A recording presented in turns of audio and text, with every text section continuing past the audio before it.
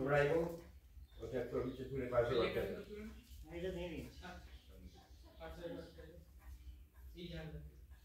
ছবি তুললে ওটা বৈঠকখানা ছিল।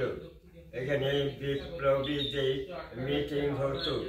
ডান দিকে একটা ঘড়ি চলছে। লক্ষ্য রাখুন 100 বছর আগের ঘড়ি। একদিন দম দিলে 7 দিন চলবে। কনে লক্ষ্য রাখুন, ওটা গড়গড়া গড়গড়া কনে, এই যে হ্যাঁ ওটা গড়গড়া, উনি তামা খেয়েছেন। আর ডান দিকে যে আর পাশে ওটা ভাল সেট রেডিও। আলমারিতে যে বইগুলো দেখছেন উনি পড়তেন। আর ওই সাদা ফ্রেমে পাশে বাঁধানো ছবি, নাতি নাত বইয়ের ছবি। আয়নাটা লক্ষ্য রাখুন, ওটা বেলজিয়াম কাঁচের আয়না। সোফাটায় উনি বসতেন।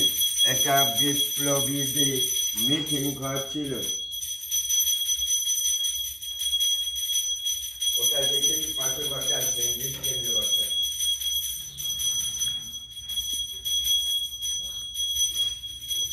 এই ঘরটা আসুন, ছবি তুললে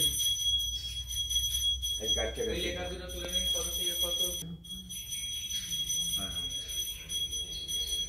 এই লিস্টটা নিয়ে আসুন, এসে পারলে লেখার ঘরটা আসুন।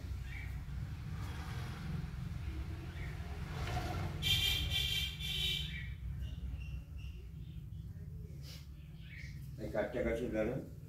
এটা লিখতেন, এটা ওনার লেখার ঘর ছিল। সামনে চেয়ারটা বসতেন, টেবিলে খাতা রাখতেন। আর সোজা যে জানলাটা দেখতেন, জানলাটা খোলা থাকতো।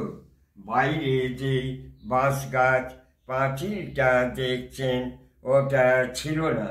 রূপনারায়ণ নদী খেত দিয়ে বইতো। 2 নম্বর র্যাকে লক্ষ্য রাখুন, ওনার জুতো আছে। ইজি চেয়ারে কনে লাঠি।